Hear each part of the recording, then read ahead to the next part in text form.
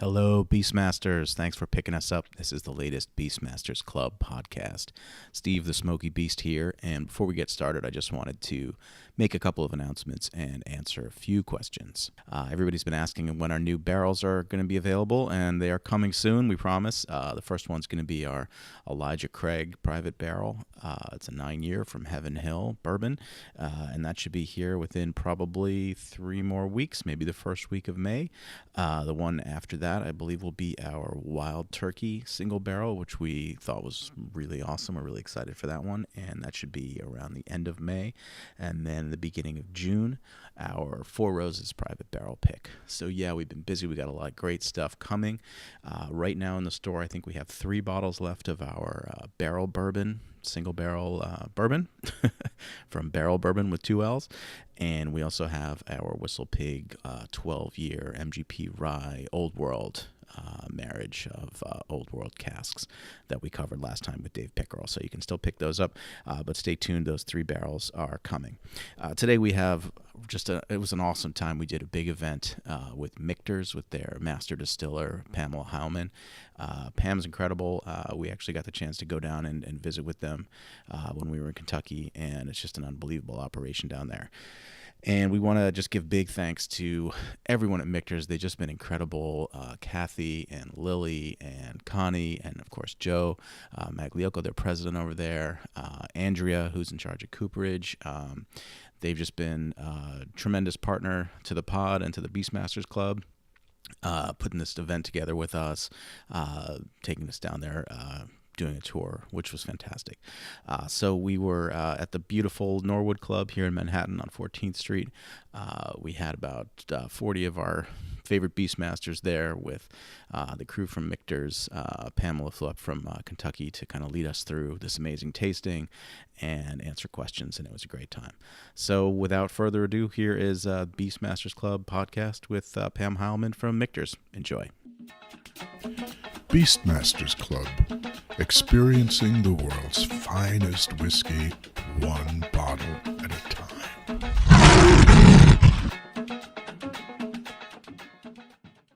Pam, thanks for joining us today. We're thanks for having me. I'm excited. Yeah.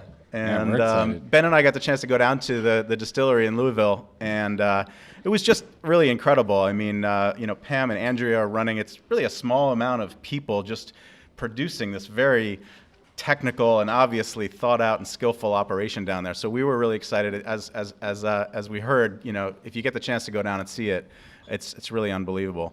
So we're very excited to talk and taste some of this whiskey. And Ben, do you want to kick us off with some questions for Pam? Yeah, absolutely. So I know you're all sitting here with all this lovely Michters in front of you, so I don't want to delay digging in. So we're going to be moving from left to right. We're in America, so we're reading. We're in English. America. Yeah, there you go.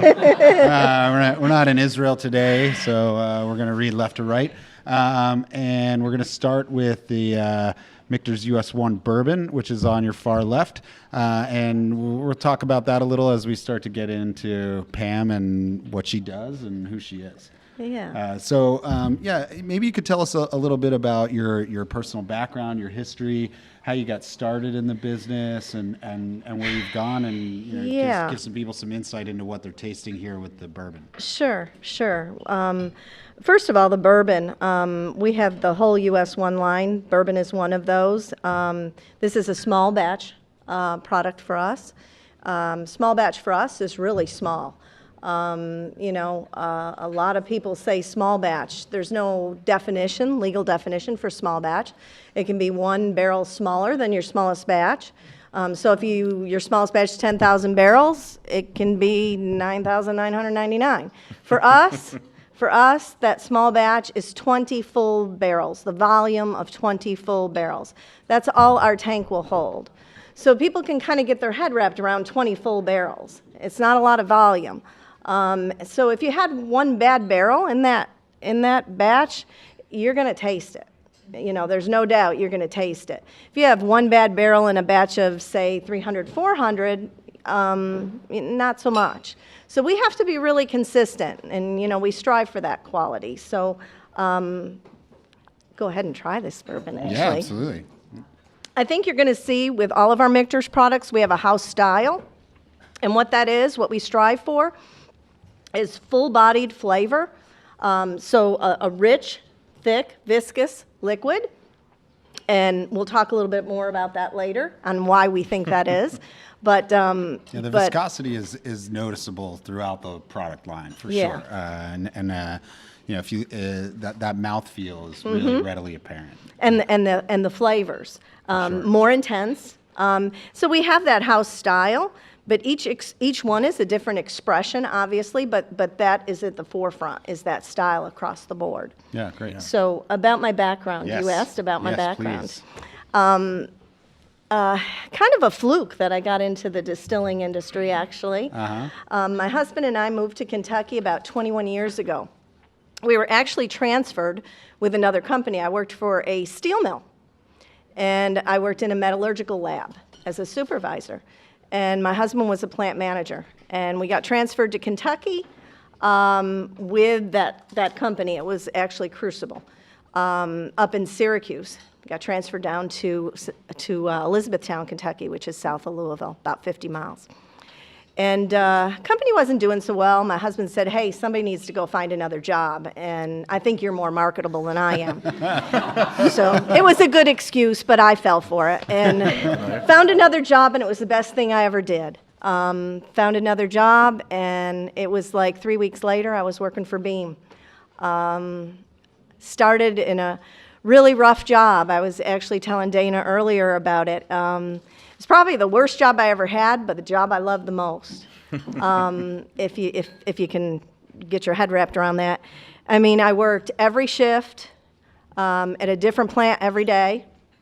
So I worked like midnight to 8 for 2 days. Then I'd work 4 p.m. to midnight for 2 days. Then I'd have a day off, and I'd work day shift the next day. And every day was at a different plant. Wow. I did that for like 3 years. They always started you at the bottom. You know, you have to pay your dues. Sure. So, but I loved it. I loved the job. I loved going to work. I had found my thing, I guess.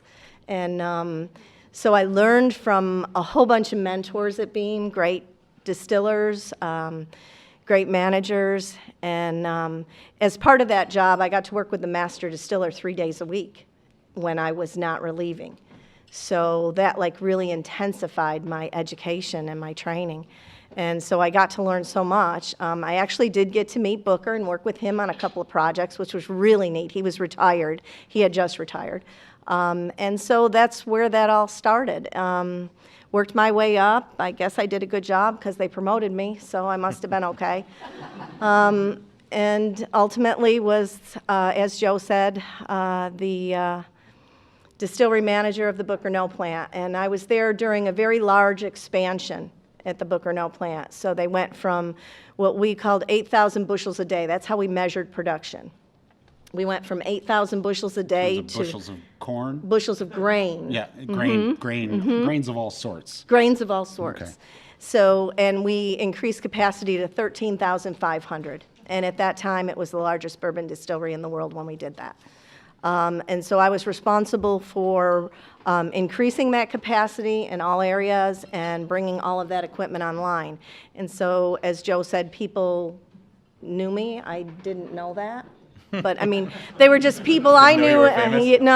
In fact, when he approached me about 3.5 years ago, I said to him, how did you find me? I'm in Boston, Kentucky. Nobody knows Boston, Kentucky. I mean, and, when he told me the story, it made sense because I worked with a lot of engineers, a lot of people in the industry, bringing that plan up. And so when he offered me the opportunity to come to Michter's to start a new distillery and bring a new still up from the ground up, I mean, we have a blank building. We have an empty building. And, you need to help design, build and start this new place up. I mean, that's an opportunity of a lifetime for a distiller, especially with all of the equipment that we got. Yeah, it's a beautiful place. I mean, we were super impressed when we came down. What was it? About a month and a half, a month ago, a little over a month ago. Yeah.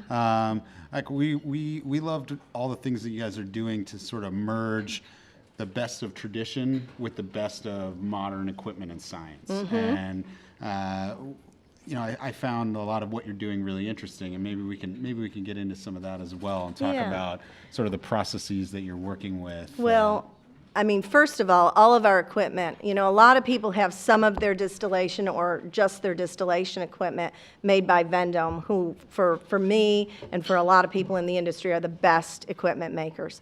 Some people they do all that old style, like large scale metal work, right? Right, So right, it's like exactly. all those giant copper pot stills Exactly. and column stills. Hand hammered pot stills. I mean, you saw our pot still. It's hand hammered. These guys actually sit there with a hammer and hammer this copper. I think we got into one of what those it is. slides up. Do we? Not right now. It'll cycle through. Well, but I can pull it up. if They're you wanna show it. they're amazing, and it's a family-run business as well, and it's generational. And so these people are true craftsmen and artisans, and they do an amazing job. And all of our equipment at our plant was made by Vendome. So we didn't just have our distillation equipment made by them; we had all of it made by them. And it's just top quality equipment. Our distillation system itself is 100% copper. So we have like over 11,000 pounds of copper. You saw it in there. Yeah, a And lot that's of shiny metal. That's a distiller's dream to operate a 100% copper system. I mean, Yeah. you can make the purest, cleanest spirit in the world. I had never worked on a system like that, and a lot of distillers will tell you they never have either, because those systems have gone by the wayside. People have gone to a lot of stainless systems with copper in them, obviously, in some places, but not that. I remember talking when I first came on board, and I was talking to one of my old managers, and I said to him, I'm a little nervous about starting this still up. And he said, why? You'll do awesome. And I said, no, I'm not worried about operating it. I'm worried about the quality of the whiskey, because I've never operated a 100% Right. copper system. And he said, oh my God, you don't have to worry about a thing. It's going to be amazing, Pam. Whatever you can do, it'll be 10 times better than you think. And he was that's right. awesome. But this bourbon, I mean, it's really, amazing. it is, vanilla and char and little tobacco and pepper, and I mean, it's really rich. And what a great place to start the night, Yeah. Do you want to A little. Do you want to about tell? that, Rich? Yeah, get in there. Talk to the folks about what's here. So we talk about a little bit about why we have that viscous liquid and those bold flavors. One of the things that we do in our production is we barrel all of our products at 103 proof. That's like unheard of for anybody.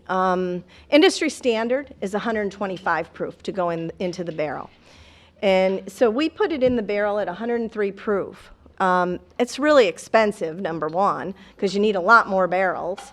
And number two, it does a lot for the whiskey. And I'll kind of walk you through that. So if we put it in the barrel at 103, it's going to come out of that barrel at about anywhere from 108 to 112, 114, something like that. So that being said, you go and you cut that whiskey to put in the bottle. For example, this one, 91.4 proof.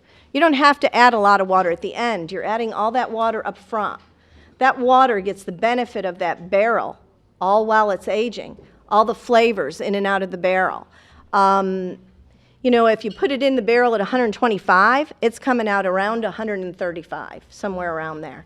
When you cut that whiskey to 91.4, you're putting a lot of water at the tail end. So you're kind of watering down the whiskey at the end.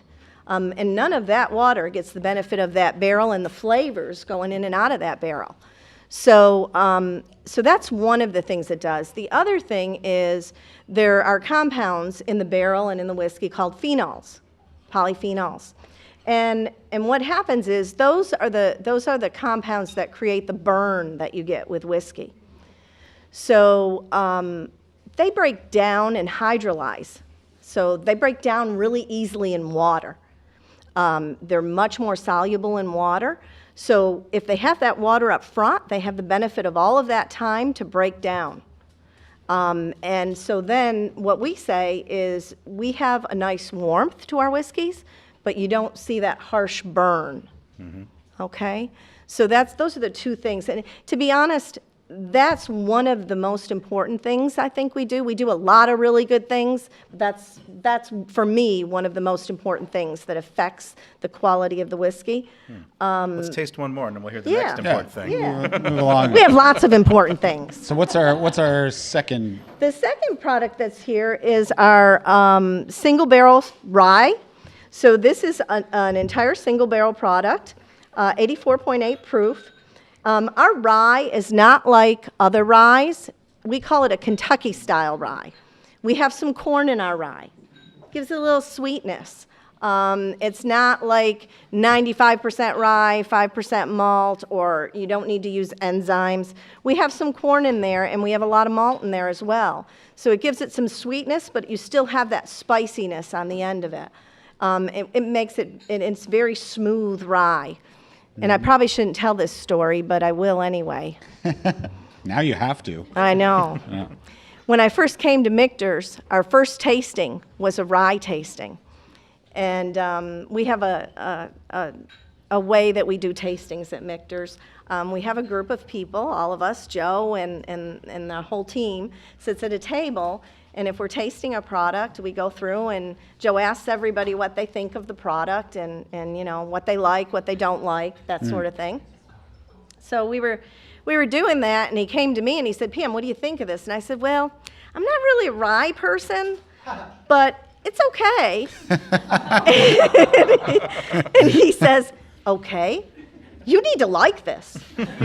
And I said, well, I've never really been a rye person, but this is pretty good for rye. You know, I've always liked bourbons because of the sweetness, but this is so smooth, and you know, I said, I really like it.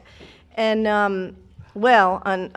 I don't know if it's a good thing or a bad thing, but now ryes are my favorite. No, see? Yeah. So yeah, we have one later on that's my baby. I feel like eventually I love it. Eventually everybody gets sucked into rye. Oh, yeah. Yeah. It's just, it has the complexity and just a lot more It does. depth of flavor for me. I probably say this in every podcast where we talk about bourbon and rye, but like Steve converted me to liking bourbon more by just giving me lots of really quality and incredible bourbon to drink. Like, I was not a huge bourbon fan in the past, but I always loved rye, and I loved scotches and other things. Right. And I've warmed up to bourbon, but yeah, I get why that is. Yeah. So maybe I think it's been so cool that you got to help and build the Michter's distillery from the ground up, and like that's got to be amazing for you as sort of a passion project to get to pour your energy into and have something that like you can really put your name on. Maybe you can talk to us a little bit about how that all came about and how just talk about the growth of Michter's and where you guys are heading, kind of transitioning from the contract distilling into your own spirit. Yeah. And For those of you that don't know, we had kind of 3 phases of operation. The first phase was initially in the 90s there, Joe talked about a little bit. He went out with some other experts, and they found a style of whiskey that they really liked and they wanted to produce. And so those were bottled under the Michter's name. And then the second phase was we were like a cook without a kitchen, okay? So we went to a Kentucky distillery who had extra capacity on their schedule, and we had like Michter's days where they made our products with our recipe, our yeast. We designated how we wanted that done. And so that was kind of our second phase.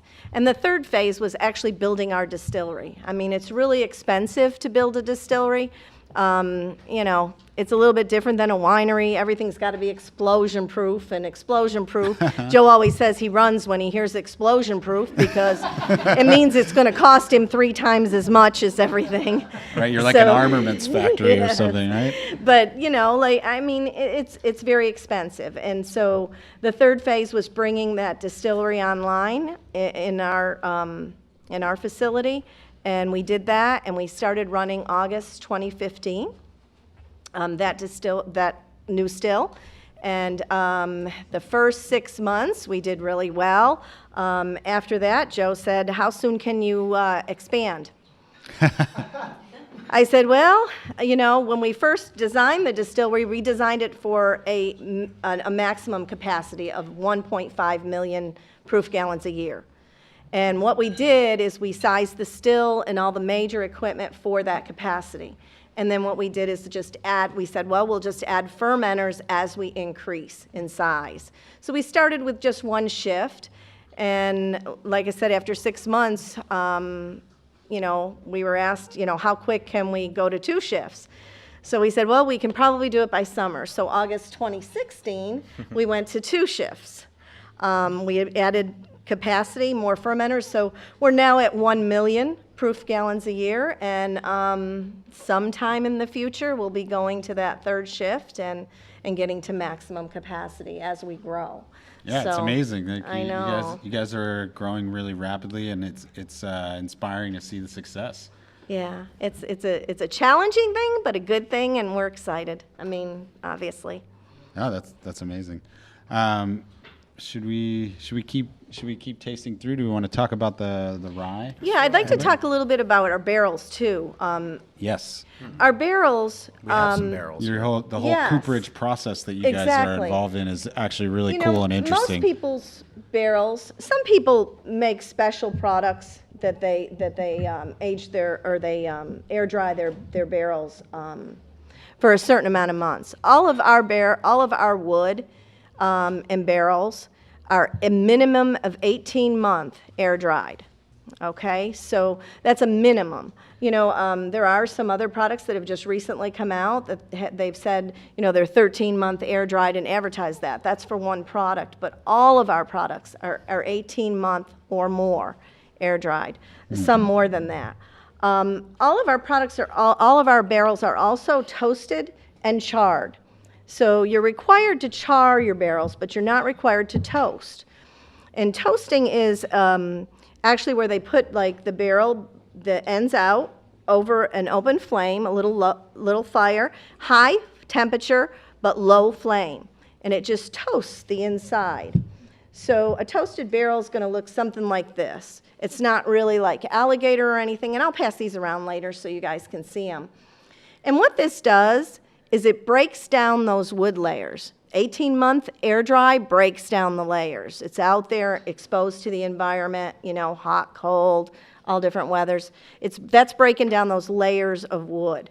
And then the toasting brings that out even further, breaks them down even further so that the whiskey can get into that wood further and get more of those flavors. So these are like little show and tell. You know, not everybody can see them, I know, but the people here can see them. We can describe them. So we'll pass them around. And you can see these are used barrels, so the whiskey line is on there, and the toasting allows that. This is a barrel that we used for our toasted whiskey, and you can see where the red line is, the whiskey line. It's deep in that wood. It's kind of hard to see this far away. Yeah, so just for the folks listening, what Pam is describing is that you can sort of see a watermark in a cross section of a cut barrel stave, and what it'll allow you to see is where the spirit has penetrated into the wood of the barrel too. So you'll be able to see the depth of penetration when you get these cross sections, and what you'll notice is just how deep it can get when you toast the barrel before you're charring it. So it's allowing a lot more of the actual spirit to interact with a lot more of the wood. Right. Now we have this barrel here it's toasted and charred. It's one of our barrels, and you can see how deep and thick that line is. And so that kind of shows you what would happen with the whiskey in a toasted and charred barrel. We also have one that's charred only, that's a competitor barrel.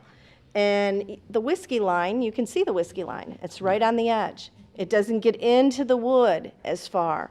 So it doesn't get the benefit of all the flavor of all those layers of wood. So that kind of, it shows exactly, and be careful because these aren't cleaned, they're dirty.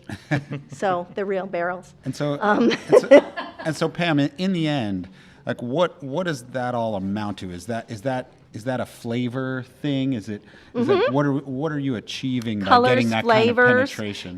You're getting the colors and flavors, mostly flavors, because you're getting into all those layers of wood.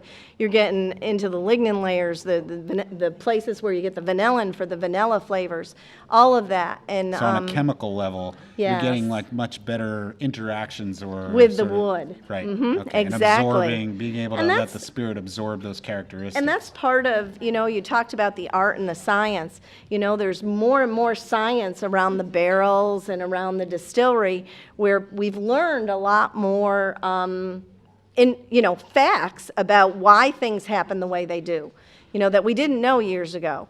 When I started out, it was all, I was trained by people who came before me. And, I knew this is this is what I should do. Not always why I did it, but I knew that I would get this result. And what was intriguing to me was I wanted to know the whys. And so, more and more now, we're getting to learn more and more of the science part of that. At Michter's, one of the things that we do that's really interesting, the art and science, is every day we make our distillate. The following morning, what we do, we have actually 17 of our 27 people in our plant are actually trained in organoleptics. So they're trained to smell and taste whiskey. What was that word? Organoleptics? Organoleptics. It's almost like Organ Olympics, which would be a whole other thing like that we don't really want to get into. But that's a whole different sport. But yeah. But what that does is you're trained on tasting and nosing the products. And what we do is every morning after we're done distilling, the day before's whiskey is on that panel. So we get to do what I call, that's the subjective part of it. So we get to smell it, we get to taste it. Ultimately, it's my decision whether or not we barrel it, but everyone's input is there. They fill out sheets. They actually fill out sheets and tell me what they think, what they like, what they don't like, if they think something's off. But we also have a science. So we do the objective as well. We have a GCMS and lots of other lab equipment. A GCMS is a gas chromatograph mass spectrometer. And what that does is it measures the compounds in the whiskey, and it tells you what compounds you have in your whiskey at what levels. Chemical analysis. Chemical analysis. We're looking for certain compounds that make the flavors in our whiskey. And so we compare that to the standards that we have in both cases, and then we marry the two. So what happens is if it doesn't meet our scientific method, we don't barrel it. If it doesn't meet our organoleptic method, we don't barrel it. It has to be both to be put in the barrel. I don't know many people that do that, many distilleries that do that. Most of them will put it in the barrel, and then afterwards they do all this testing, but it's always afterwards. We do not put it in the barrel until So you won't barrel we're assured anything that you know doesn't that isn't going to meet our standards.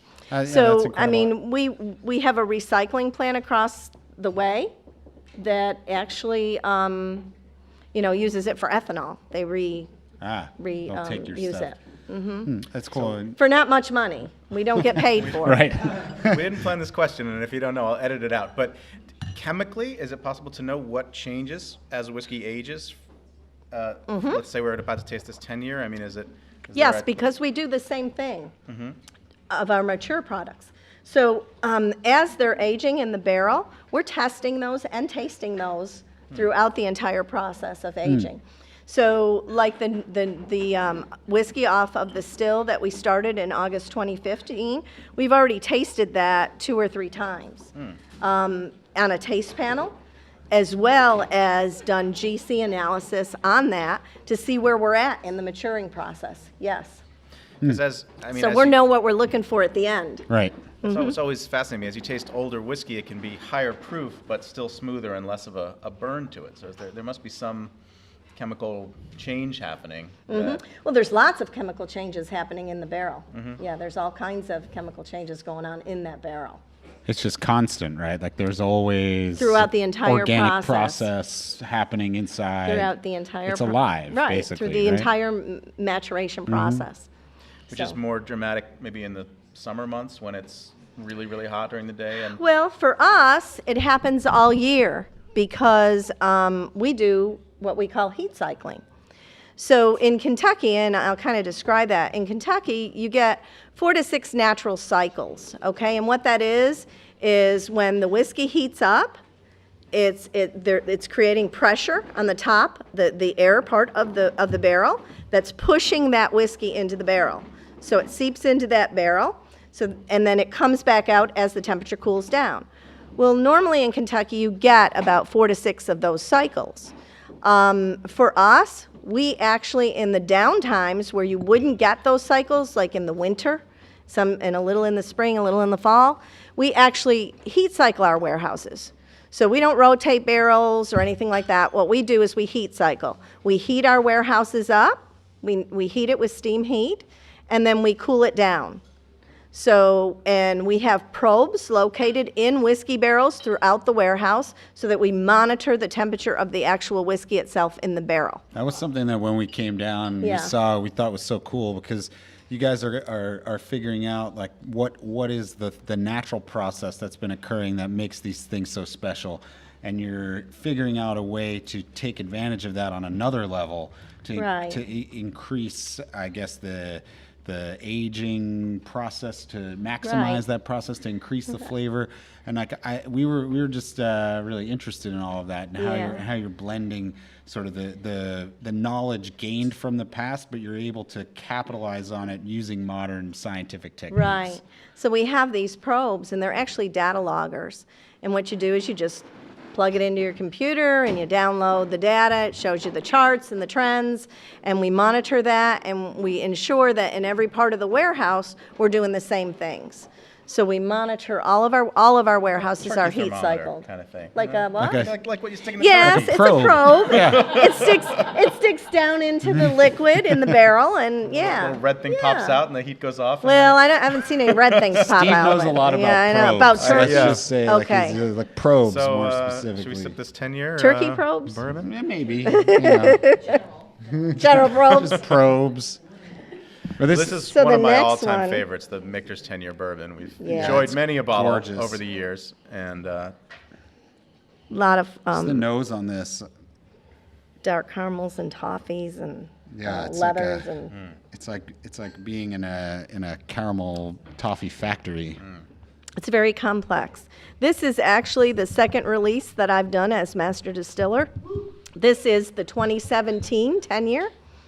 Right. This was your first Second. Second. The rye was the first. We're going to Oh, I get to was the gonna- rye next. It was the right. first year. It was the first year. 2017 is the first year. First of the, year that you've for my release. that you've supervised the 10-year release. Exactly, Okay. exactly. So this 10-year bourbon was, I think, April 1st. We came out with that. So that should be just getting to market, I think, about now. Is that right? Yep. Yeah. So by the time you guys are listening to this, you'll probably be able to find some. Maybe. If you're super lucky, or And fast. maybe Have a connection? so somehow. yeah, funny thing, ever since we've been reviewing these on Smoky Beast, they seem to fly off the shelves. I'm not claiming any, Who knows how that happened? You should have kept your mouth shut about it. That's right. Well, I buy them first, and then we do the reviews. So this is our US 1 bourbon, just 10 years or more later. It's not, and that's the other thing, it's not always a year for us. For us, it's about the quality of the whiskey and getting a certain profile that we're looking for in our 10-year product. So this particular one is about 12. So we don't really go by the age on there. Uh-huh.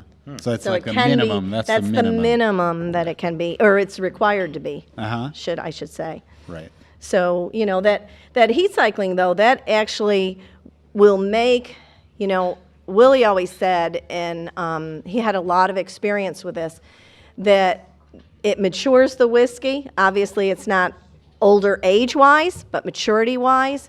And you get, like our 5-year product would maybe be like someone else's 8-year that didn't heat cycle. So it has that maturity because it's it's more depth, more Oh, for richness, sure. I mean, there's a flavor. lot of 10-year whiskey out there, and there's a reason that these are, fetching such a premium over them. Yeah, it's so sought after. Head and shoulders different. That vanilla really just blossoms out, and the char. I mean, it's like you're swimming around in that flamethrower barrel. Charred oak. Yeah, it's like You get that charred oak. Yeah. like a flaming vanilla bean or something. It's really good. We've always been fans of the 10-year. Of the 10-year? Yeah, absolutely. And Steve and Dana especially kind of introduced me to this stuff, so I was thankful at the time. So yeah, anything else we should talk about along the lines of process? Yeah, talking about art and science, another of the scientific sort of things, and which I think is probably the second single most important thing that we do, is in our chill filtration process. Filtration can be very, very, I don't even know how I want to say it. Sap all the flavor out of a whiskey. Yeah, I mean, it can make a product so different, one type of filtration to another type of filtration.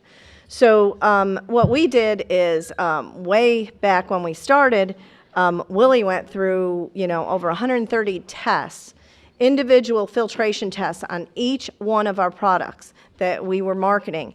And we do the same process now as we add products or whatever. If we have a special release, we're going to find the best filtration method for that product.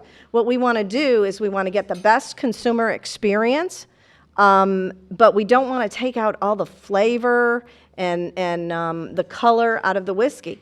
Most people do a one-size-fits-all. They're just going to throw it through a filter, the same filter. All of their products are going to be thrown through that same filter. We don't do that. We have a unique method for each one of our products to ensure that we get the best out of that product. So, when you go to a shelf, you don't want to see stuff floating in it, but then again, you don't want to see all of that color taken out and that flavor taken out either.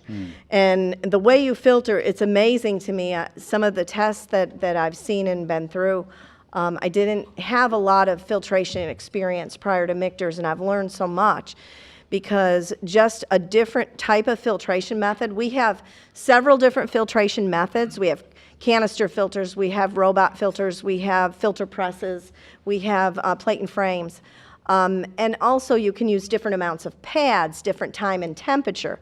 We do all chill filtration, so we chill it all to below 25 degrees Fahrenheit.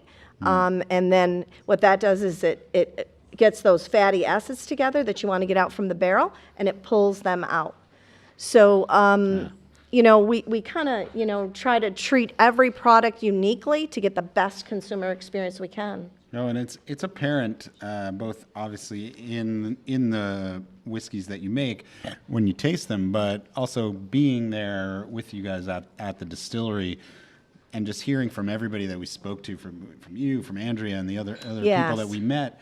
The quality of the output and the end spirit that goes in the bottle is what you guys are all about, and you're not cutting any corners. You're trying to figure out ways to, if anything, do things Exactly. better and improve upon processing techniques. And like you said, on the cost, like raw costs versus profit. If anything, you guys are taking a huge hit to put out something that you're Oh, yeah. passionate about, which we think is incredible. Every that one you of do those it. things that I've mentioned, there's a cost to every one of those, and it's not inexpensive. That's why a lot of people don't do it. I mean, for example, the 103 proof, Joe tells a story, our owner, Joe, tells a story about, asking Willie, is it okay if we talk about this 103 proof? And he said, well, sure. He said, because, any of the larger distilleries, they're not going to do it because it will cost them millions of dollars in extra barrels. The majority of your cost in production is a barrel.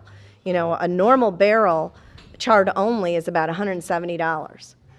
Our barrels are toasted and charred, so they're above that. They're like about $220 or something like that. So, I mean, you've got to use more barrels, more rick houses, and they're not cheap either. You know, Right, all that space. 40,000 barrel rick house nowadays is about $5 to $7 million. You know, 50,000 barrel rick house. So, you know, that's expensive, and people who have large mass production, they could never afford it. It costs them millions of dollars to do that. Yeah. So, Should we take a question from the? Do you want to take a question now? Yeah, as we we can. sip on this beautiful 10-year anybody, rye. Does anybody have a Jake, question? come Yeah, come on and, up. You can grab the mic. right here. This guy never has a question. The whiskey he warrior. never has a question? No, he This doesn't is do that. scary. Our friend Jake Cahill, the whiskey We warrior. have 2 ninja warriors here tonight. What are the chances of that? Yeah, We're gonna face off after this. I hope so. It's totally fine. We're gonna build a course out Ninja of bottles warrior. and stuff, and I heard Pamela's gonna be chucking bottles at us during the course. Yes. Oh, I could I'd do like to that. see- And That would be will, fun. I will happily fall midway through the course just to catch a bottle and run off with it. It's totally fine. Actually, this was good timing. While we're on the topic of like filtration and stuff, for the very rare few of us, I have been lucky enough, not to brag or boast or anything, to try some of the Michter's 20-year bourbon that has been released in the past. No, I don't have any more left for everybody in here. It's fine. It was actually quite cloudy. There were these really, what I think, beautiful. Some people see it as a fault. I saw it as something that was really cool and beautiful. These beautiful like cloudy chunks of what looked like cotton floating around and obviously, I mean, to me, I think it's like proteins or enzymes or something floating around in a non-chill filtered product. But you said you guys chill filter most of it, but I'm assuming Right. maybe it was something With different the with that? older products, Yeah. there's a lot more of that in there because they've been in the barrel so much longer. Yeah. And if you would, I would think you maybe not put it on ice, but if you did, it would show that. Certainly did not. Okay. yeah, not this Good guy. job. Yeah. But if you did, it would actually bring that out. Be cloudier. It would be sure. cloudier. It was already quite cloudy, but I'd be interested. So I didn't know Yeah. if you could. I mean, I'm just curious because I have other whiskeys that have that as well. Yes. As a master distiller that sees that, They're what, older. What is that? Like, what is that stuff floating It's around? in those barrels that's basically not chill fatty filtered? acids from the barrel. So what happens is, you get microscopic particles, and when you chill filter, they're going to glom together, for lack of a better way to put it, basically. And the filtration method would take them out. Is it the With an temperature? older whiskey, the temperature would make them do that, yeah. okay. But the older whiskey, I mean, there's more of those because they've been in the barrel for so long, and it's really a fine line because you don't want to take that flavor and those layers of flavor for a 20-year. I would assume the other whiskeys you have probably are older as well. Actually, not. No. But unchill filtered. Unchill filtered. So Well, it's- that would the other be one why. I have that's common is a 7-year, but it's an unchill filtered rye. So Right, it's, so, unchill but filtered. It has that same stuff floating around in it. That would be mystery why. awesomeness. I don't know what it is. But thank you for Mystery breaking that awesomeness. down. I love it. Cool. It's, Thank you. yes. See, you know what's great is that someone like you who, and more consumers are getting to be more knowledgeable, and they understand what that is and aren't afraid of it. But your normal everyday consumer who walks into a liquor store and looks at the shelf, and if he sees something floating in it or she sees something floating in it, she's going to say, I don't want that stuff. That's not good. Right. Not knowing that's part of it. If it's just a marketing thing where people are afraid of things floating in it, are you saying there's more flavor than an unfiltered, and why isn't that available? No, well, to be honest, I mean, like I said, there's a fine line. You want to get some of that stuff out because that's going to affect the flavor. So you're riding a fine line, trying to get the best consumer experience that you can get. Should we have one of the Beastmasters give us a tasting note on this 10-year rye, maybe? Yeah. Does anybody want to talk Aaron about the or 10-year Dancy, rye? anybody you want to come up and Dana? come on. Anyone? I would love to hear someone's this opinion. This is probably my favorite out of this Yeah. tasting. And this was my first release as a master distiller. So Yeah, Aaron. So nervous now. You're on the spot. Give us Tasting some notes. he's on the spot. They're not 100% accurate. You'll be kicked out of the club forever. Let fly. Yeah, I've got them right here, so, no. There'll be a quiz later. Don't worry.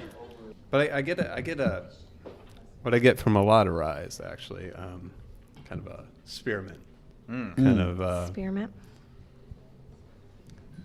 Yeah, there's a nice mintiness. Yeah, mintiness to it. I don't know, spearmint, maybe wintergreen for some people. Was spearmint was mint on the list? No, it's Mint on your list? That's not something I ever get. Really? Other people do. I have No, I heard think other it's- people getting it's- that. It's definitely in this. There's a Yeah. little mintiness to it. But like you always say, everybody comes from a different background. Everybody has their own palate, and everybody's palate's different. So what you taste may not be what somebody else tastes. And even beyond that's the- okay for me. Yeah, and even beyond the palate, right? Like what we are each tasting, I find, Yes. and we talk about this again almost at every tasting that we do, the semantics of Right. describing flavors and smells, of tastes and smells, is like a whole, I think it's its whole own philosophical category. Exactly. Because what you describe as mint, I may think is something else. We may actually be tasting and smelling the same thing, but the words that we're using to describe it. So like Are when very people say different. mint, they're trying to like find a thing that is evocative of something common that we can agree on, but like it's Exactly. not actually mint. Like there's no mint in there, but we're No. trying to describe a flavor with a common understanding, right? Right, and like your background or where you come from is different than where I came from or my background. And it's funny that you said that because I was thinking about myself and Andrea. And Right. there are lots of times, Andrea Wilson is our master of maturation. She helps me, and she is amazing in and of herself. First woman ever to chair the Kentucky Distillers Association. And she has had a long and healthy career at Diageo and is now with us. But she and I, when we taste, it's funny because we describe things differently, and we'll be sitting there and we'll argue with one another sometimes. No, it's this. And when we get down to it, we're saying the same thing, but she's describing it differently than I am because of she was born and raised in Kentucky. I was born and raised in the Northeast. So my experiences are different than her experiences. And I've found that giving tastings to people that come from all over the world and visit our distillery, bartenders and people such as yourselves. I was telling these guys earlier tonight that I had a couple of gentlemen from Germany that came, and we were tasting our toasted bourbon. And I said, Which I get marshmallow on. Yeah, there it is. There it is. That's a common thing. Exactly. They were talking about what they tasted, and I said, for me, it's like a toasted marshmallow. I sit by a campfire, I toast a marshmallow. I always went camping when I was a kid. And I eat that, and I get the smokiness and the sweetness of that marshmallow. And the gentleman said to me, "What's a marshmallow?" And I didn't know where to go with that. I mean, because I thought everybody knew what a marshmallow was, right? And of course, the gentleman with him says, "You know what it is." Well, luckily he knew, and so he started speaking in German to him and telling him what a marshmallow was. And Gooey so then he sugar. got it, so we all kind of got to the same page, but it was interesting to me because that's why I really like hearing what other people have to say because it's so different. So Yeah. continue. I want to Yeah, hear. now that you've had a minute to... Now I Yes. had a minute to process it a little bit, and some of the first notes that come to me are definitely a little bit of the wood, a little bit of the char, the sweetness of caramel, but then also what hits me now, having put it on my palate, some of the citrus notes that I get, and I think it's more like the zest. Yeah. For sure. Orange. Kind of like Zest. there's still that Particularly- oily texture to that, or taste it, where it's not. You're getting the citrus, but It's not the necessarily fruits. sweety. Yeah, it's No. not like. Right. No. But it kind of gives you that Yeah, Orange that little bit, dryness. totally. the dryness. Exactly. Yeah. The dryness of the rind. Yeah, and then again, I feel like on the back, that kind of minty, spearminty flavor kind of like kicks up a little bit again. So Yeah, it comes with that nice spicy minty finish. All right, Aaron, you passed. Very done. good. I appreciate it. Thank you. Very good.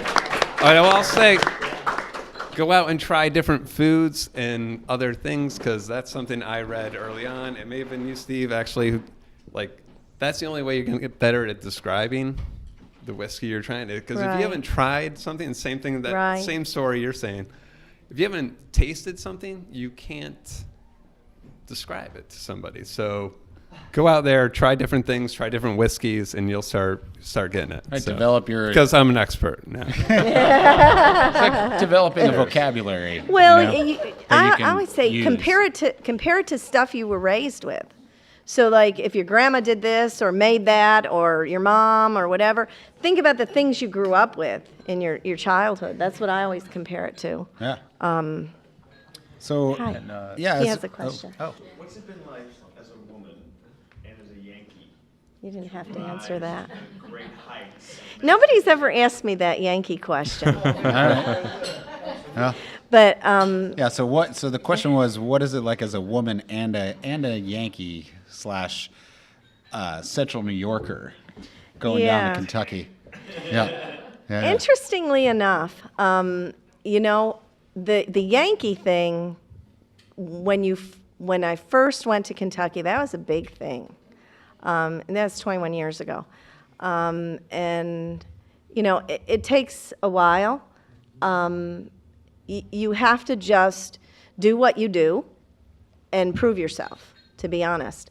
Once they realize that you're going to work with them, you're going to do everything they do, you're going to help them, you kind of know what you're doing, they'll trust you and respect you. You know, and it's the same thing, the woman thing.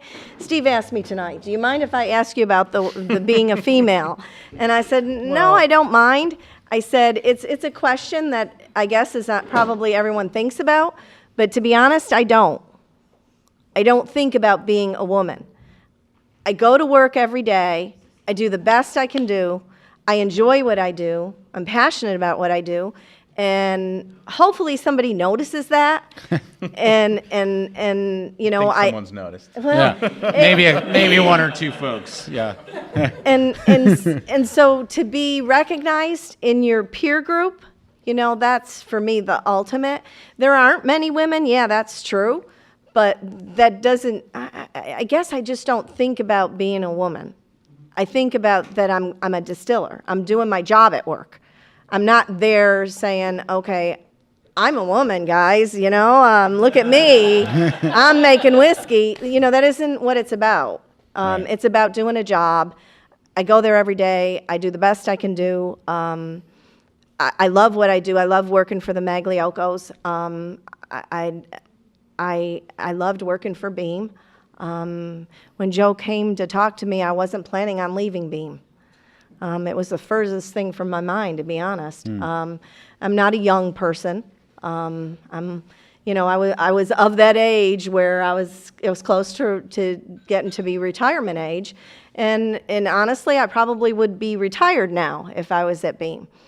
But you know, I had told Joe that, you know, if I like what I'm doing and I'm enjoying it, why wouldn't I stay? You know, it's fun. It's you know, a lot of people say, you know, well, God, how could you have a worse job, drinking whiskey all day? I mean, you know, how bad is that, right? But it's still, you still have to like what you're doing. You have to like going to work. You have to like doing what you do. You know, it's not always easy, and nobody expects it to be, but you know. Well, you obviously have a passion for it, and it comes through in the things you produce. And you're a craftsman. You're a craftsperson, whatever you want to call it, right? See, now you said that, but honestly, when you said craftsman, that's I never fine. gave it another Right. thought. I know you It didn't. was okay. I was joking. It was And so- okay. but I feel like, you know, and that it's great to see the passion come through in the final results. And obviously, every day that you go in there, you're having a good time because, you know, and like we feel the same way about doing this. Like right now, Right. people say, "Are you guys at work?" I mean, I guess, like, you know, we're doing something, but it doesn't feel like work, like, because 'Cause we you love enjoy it. it. No, I but love when it. when you and Andrea walked us through the distillery, just like the pride, and I mean, there was stuff going on. You had a run that was delayed, and the guy was like, "Oh, you know, we're not gonna finish this till 4 a.m." And you're going, "Okay, yeah, we know, we get it." But it was just like the two of you walking through there. Was obviously this was your pride and joy, and it was really special. I mean, you could just feel the, you know. I don't even know how to put it. There's a words, love but, for it, yeah. for sure. Yeah. It came through loud and clear. You know, when I started with Michter's 3.5 years ago, we had, I was the 6th person on staff. And we now have 27 people. It's 3.5 years later. It's a lot of growth in 3.5 years. We hire people who are committed, who are passionate, who love what they do, and we have a really good team. You have to be flexible. We're a small group. I mean, think about it, 27 people produce all of this and all of that out there, you know, Over the for world. Michter's. Yeah. Yeah. And so, you know, we all have the same commitment to working together to making the best quality whiskey we can. You know, it's all about the whiskey, and that's what we feel. You know, we really do. And I've heard this last one is your favorite, the Yeah. barrel strength rye. We so- love a barrel strength. That's This the is- beasts for us. It is. Yeah. This is actually 114.4 proof for those of you that, so this is a high one, 114.4. So this is probably the high end of the spectrum of the barrel strength. So this is barrel strength, single barrel, and I just love it. For me, the flavors explode in my mouth. There's so much going on with it. And I love high proof whiskeys. And to be honest, I think, and I don't want to say it this way, but there have been studies that women tend to like higher proof whiskeys. Well, all right. Hey. Well, That's a scientific study, not my study. Well, I have some our- anecdotal evidence that backs this up. for our members and for Dana Zeller, Mrs. Smoky Beast, the whole idea of the beast is, you know, we're into the cask strength stuff. Like we feel like that's kind of what we call beasts, and we love this. So huge congrats. Please, I was going to say. Please come on up. We will take more questions, but yes, please get in there. The brains behind the operation. I don't have to kneel like everybody else. So I'm a massive Michter's fan. We've been massive Michter's fans from the beginning. I've never even had a mediocre Michter's. Like everything I have ever tasted from Michter's has been Thank amazing. you. The question is, and I just want to also say, and Joe, you should hear this. I'm your best salesperson on the Northeast. Just in case you're concerned. We need all the sales Whenever, we can get. and I don't even get paid. I just, you know. But every time somebody says, "What's your favorite rye?" Especially the rye, because I love it so much. What's your favorite rye? I always say Michter's. I think it's delicious. So the question is, what's my sales pitch? I already know, like sometimes it's hard to explain. I'm like, I love it. It's so delicious. But what's your 1 or 2 lines about Michter's, especially being the master distiller, that you think is, you know, that sells Michter's, that really defines? I think the brand is? 103 proof is a big one. Barrel strength or barrel proof 103 in the barrel. The chill filtration. I think on the rye itself, I think the Kentucky style rye, because there is some corn in there and some malt, I think it gives it more balance. You get a little sweetness in there, and it's much smoother. You know, there's a lot of ryes out there, and I'm not a real high rye person. I love rye, obviously. This has kind of been my, in fact, I want another bottle, but we don't have any more. I wonder if anyone would give me one, but I don't know. I got a couple at home. Any of you guys out there with some barrel strength rye? Pam wants some back. Okay, I want she's some coming back. to reclaim. But I think those for us, the things that we do to make it the best quality whiskey, those are the important things. The time and the energy we put into, and the money that we put into all of this, I think is what sells it for me. In case you were wondering, I don't say that at all of our tastings. I really love Michter's. So Thank you so much for coming. Thank you. All right. Thank you. Thank you, Dana. Thank you. Any other questions? Well, I have just one more thing that I want to cover as we're wrapping up here and talking about the barrel strength rye. What's coming up for Michter's? Like, what does the future hold? When might we see some of your Creativity? your new distillate Yeah, that I knew you're that was aging? coming. Yeah, like we're just curious. We'd like to hear, you know, where Well, things going. We've got, obviously, you know, I have creativity. I think about things. I want, I have ideas, and we'll probably work on some of those in the future. And it'll be a ways down the road, obviously, any for hints that. on what No, those are? no, I can't go there. Maybe a 10-year Like a- rye smoky beast like a private private barrel.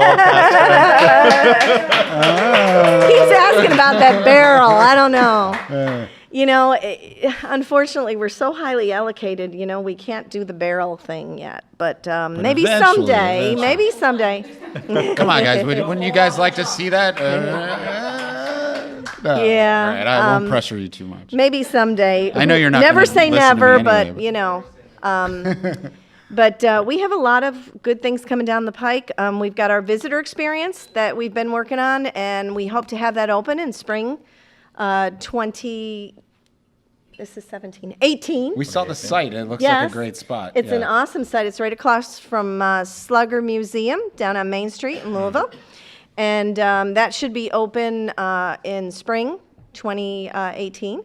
And that'll be fun. It'll be an educational experience, more geared towards educational. We hope to have different things than all your, other run-of-the-mill lot of visitor show and tell. experiences. A lot of show and tell. Awesome. Exactly. Yeah. Like you said, like you told me before. It's a science center for adults. Yeah. An adult beverage science center. Like you said before, show and tell's been cool since kindergarten. right? Exactly. Yeah. Exactly. So I think you can look to see, us do other innovations. You never know what'll be coming out. Our products are aging. It'll be several years before, our stuff off our new still is ready, but it's the same stuff we've been making. Same recipe, same yeast. Shouldn't be any different than what you've been experiencing. Any ideas on like what kind of amount of maturation you're looking for to start putting things out, or? Like I said, we do everything by a quality standard. It's going to be probably at least 5 years. When you're ready, basically. And basically, it is. It's going to be when it's ready. I mean, Dr. we're No. going When to Dr. No taste it. says yes. Oh, oh yeah, I know. The guys, the Dr. No thing, that was they all called Willie Pratt Dr. No because they always said he was blankety blank Dr. No because he never would let anything out. And so they said, I inherited that title, which is great. It's a cool title. But the gentleman in our organization said I should be called Mama No, not Dr. No. Mama No. You have your Beastmaster's nickname now. You got to get somebody to play like a James Bond theme every time you walk in. All right. Well, thanks again for. Do we Thank want to take you. one? There was Do a we question need, in do the we have back. any more questions? Anybody else want to come up and ask? Well, I don't want to come up because I'd probably block the whole deal and knock the table over. How do Oh, Jim. Hey, look who showed Jim. up. Just real quickly, across the board, is the bill mash the same? Oh, a question was for all the bourbons and ryes, is the mash bill the same regardless of the regular US 1, the 10-year, and the barrel strength? Right. It's just a different variation. So the US 1 is at a certain strength, whatever we decide is the right flavor profile. The 10-year is a minimum of 10 years, same product. Right. And same thing with the ryes, 10-year, and then the barrel strength is actually the US 1 rye, but directly out of the barrel. And, that was the reason we actually came out with that, was because we loved it right out of the barrel, and we said, why don't we release this? And it turned out to be a pretty big hit, got a lot of accolades. So Would you ever play with any different mash bills, like a wheated mash bill, or? you never know, I'm very creative. Well, if I had to, maybe a wheated bourbon and maybe a barrel strength bourbon would not be. What was it? A weeded bourbon? Weeded, yeah. A wheated mash bill bourbon Will and you maybe guys ever get maybe a into that? barrel proof bourbon. Just saying, if I had to, pick. And a barrel strength bourbon was the other one? Yeah, why not? Never know what might come out. And then I think the. I'm doing good, aren't I? I think the crowd would agree. Like if we could really do one thing, it would be What would it be? private Beastmasters Barrel. If we really want to get creative, I think that would be the I direction. think the dead horse is beaten. Yeah, so I never stop, so don't One worry. more question. Any questions? Stuart. Do you want to come up? Just Stuart. It's okay. I'll repeat it. All right. You talked about earlier about the air drying of the wood before you make the casks.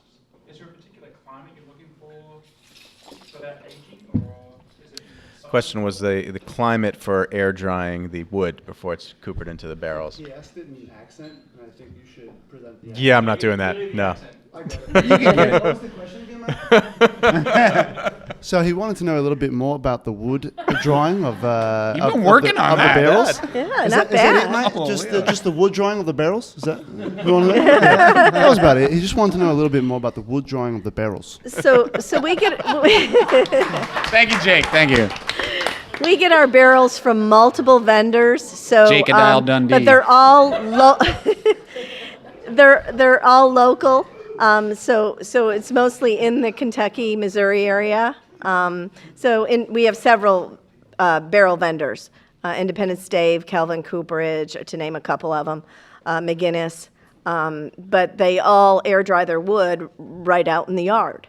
That's how it's done. They cut the staves, they pallet them, and if you Independence Stave actually does tours down in Kentucky, in Lebanon, Kentucky, and they'll actually walk you through the yard, and you can see barrel staves, skids and skids of barrel staves out there air drying. And Well, stay tuned for Whiskey Warrior versus the Wonder from Down Under. Yes, Amanda, Come please. on up. I guess this is more personal than it is in specifics to the whiskey. You mentioned that you moved to Kentucky 21 years ago. Mm-hmm. You were working in a steel mill prior to, and then you started working at Beam. And then that was kind of in the moment that you fell in love with what you do now. Mm-hmm. So I guess this is kind of a two-part question. What was it while working at Beam that made you fall in love with the work that you do now? And were you a whiskey drinker prior to becoming a distiller? it's Oh, good question. It's a really good I don't question. know. I was very curious. No, good stuff. No, what's really interesting, I was raised in Syracuse, New York. Okay, I was from Syracuse. And when I started drinking, back then it was 18, you were allowed to drink. So I'm kind of dating myself a bit, but my drink of choice was always like whiskey and soda, ginger ale or something like that. And so I always kind of drank, but up there wasn't really a lot of bourbon in the Northeast. That wasn't a thing back then. It was mostly maybe Canadian whiskeys and that sort of thing. And then what's really funny is the year before we were asked to transfer to Kentucky, my husband was always a strong single malt Scotch drinker. And he always wanted to go to Scotland, and he always wanted to go to Kentucky. And he had this on his bucket list. He wanted to go to Kentucky and drive down through Kentucky.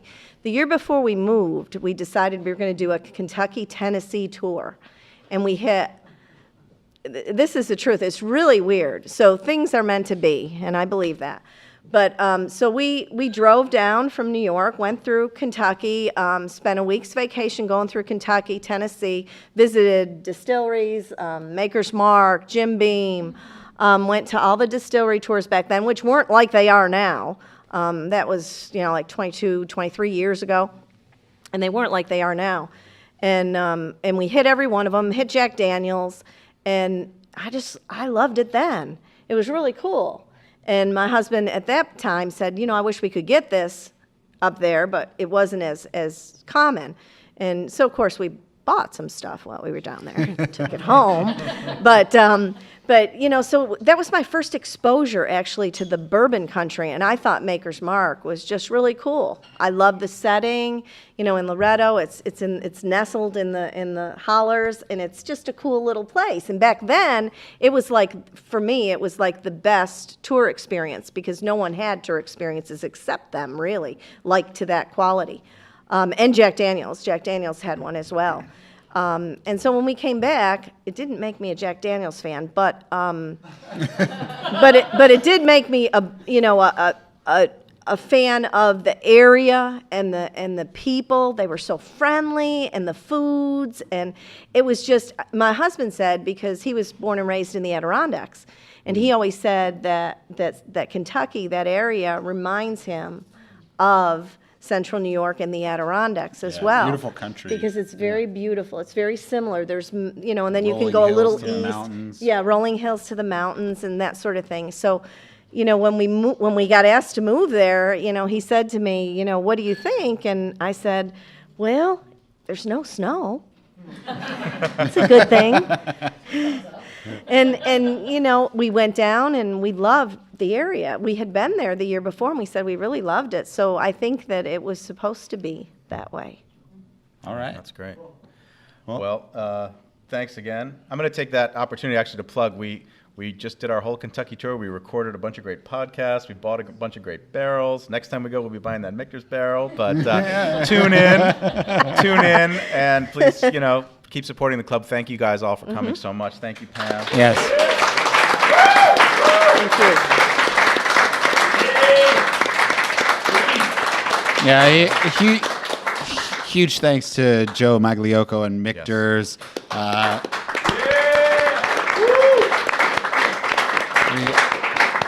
We really appreciate you guys putting some faith in us and supporting the Beastmasters and bringing Pam here to chat with us. And it's been a real privilege and a treat. Keep up the good work. Yeah, thanks. Cheers.